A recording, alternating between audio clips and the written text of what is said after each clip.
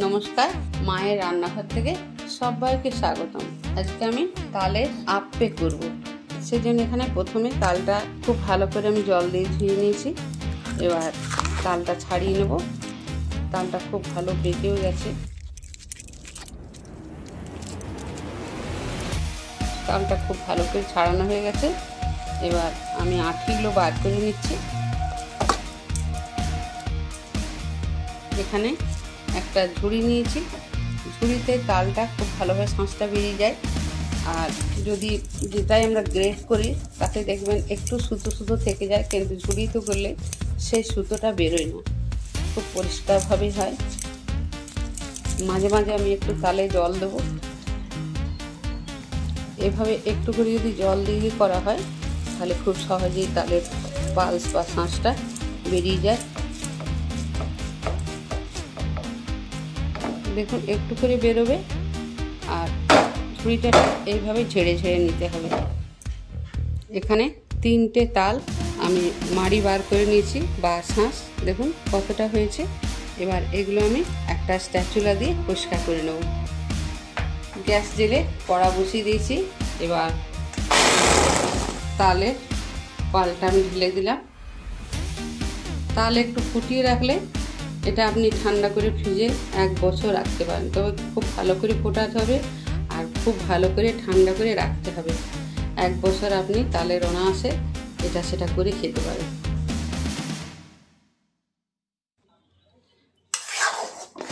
Gas একদম লো ফ্লেমে এইভাবে অন্তত আধ ঘন্টা খুব ভালো করে ফুটিয়ে নিতে হবে। তাহলে দেখবেন একটু যে জল দিয়েছিলাম সেই জলটা মরে যাবে। দেখুন আমি 5 মিনিট 2 মিনিট ছাড়া এইভাবে আধ ঘন্টা ধরে ফুটিয়ে নিয়েছি। তো হয়ে গেছে অনেকটা। দেখুন এইভাবে যখন কড়াই লেগে যাবে তখন বুঝবেন যে তালটা খুব ভালোভাবে ফোটানো হয়ে গেছে। আবার যারা নতুন রাঁধুনি তাদেরকে একটা আমি টিপস দিচ্ছি। আমি গ্যাসটা এখন হাই ফ্লেমে করে দিলাম। দেখুন এই গ্যাস জোর করার ফলে এরকম করে বল হয়ে উঠছে। তো এটা করবেন না, গ্যাস একদম লো ফ্লেমে করে করবেন, কারণ এটা গায়ে ছিটকে যেতে পারে। আমি এবার গ্যাসটা নেমে দিলাম। এখানে 250 গ্রাম সুজি নিলাম। সুজিটা আমি সামান্য জল দিয়ে একটু ভিজিয়ে নেব। গাছটা একটু ভেজাবার জন্য জলটা দিচ্ছি। সুজিটা একটু নরম হয়ে গেছে। 5 মিনিট আমি ভিজিয়ে রেখেছিলাম। আর এখানে চালের গুঁড়ো দিয়ে দিচ্ছি, নারকেল কোড়া, আধখানা নারকেল কোড়া।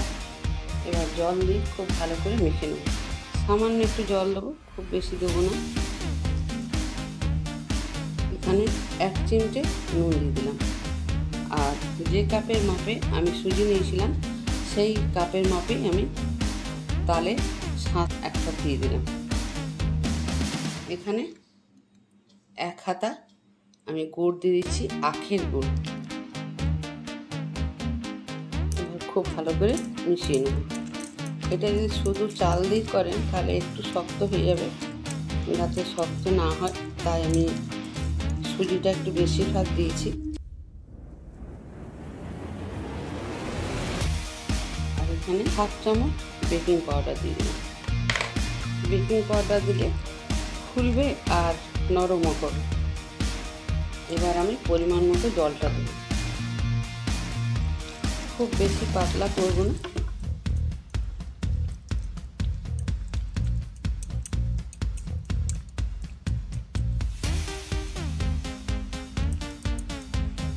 ঘনত্বটা দেখুন ঠিক এরকম হবে, যাতে সহজেই দেওয়া যায়। এরকম খুব পাতলাও না আর খুব ঘনও না, বেশ কাদা কাদা মতো হয়েছে, এরকমই রাখতে হবে। গ্যাস জেলে আমি একটা আপ্পে কড়া বসিয়ে দিয়েছি। এবার আমি এখানে ঘি দিয়ে দিচ্ছি, তবে সাদা তেলও দিতে পারেন, ঘি দিলে বেশি টেস্ট হবে।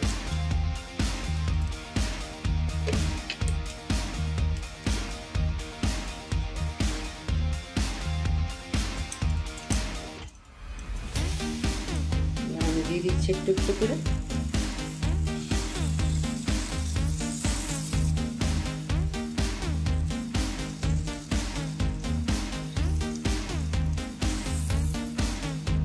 গ্যাস একদম লো ফ্লেমে করে আমি 5 মিনিট রান্না হতে দেবো।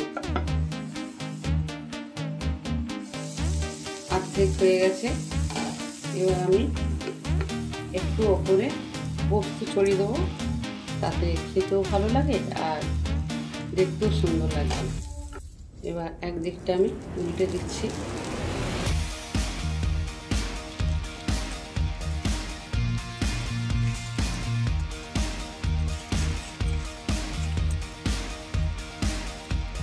আবার ঢাকা দিয়েছি,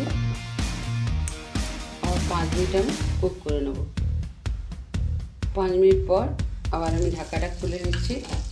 তবে দেখুন খুব সুন্দর হয়েছে আর দুদিকটা খুব ভালোভাবে কুক হয়ে গেছে। দেখেই বুঝতে পারছি যে কতটা সুন্দর হয়েছে।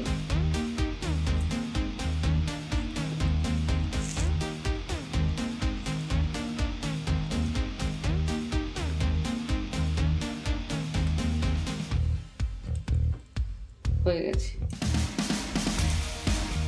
তালের আপ্পে আমার একদম রেডি হয়ে গেছে। আর আমি একটা কেটে দেখিয়ে দিচ্ছি কতটা নরম হয়েছে। দেখুন পুরো ভেতরটাও জালিদার হয়েছে। এগুলো একটু গরম, আমি ঠান্ডাটা কেটে দেখিয়ে দিচ্ছি। খুব সুন্দর হয়েছে। তো তালের আপ্পে পিঠে আপনাদের কেমন লাগলো? আপনাদের মূল্যবান মতামত জানাবেন, এটা আমার অনুরোধ। ভিডিওটা লাইক, শেয়ার, সাবস্ক্রাইব করার অনুরোধ রইল। সবাই ভালো থাকুন, সুস্থ থাকুন। ধন্যবাদ।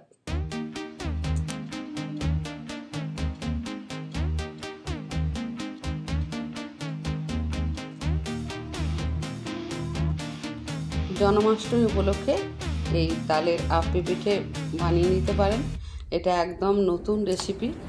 আমার মাথা থেকে এলো যে এইভাবে একবার করি। তালের আমি অনেক রকমের রেসিপি দিয়েছি, তালের লুচি, পাটিসাপটা, মালপোয়া, অনেক রকম রেসিপি দিয়েছি। তা এটা একদম নতুনত্ব রেসিপি, ভগবানকেও নিবেদন করতে পারেন।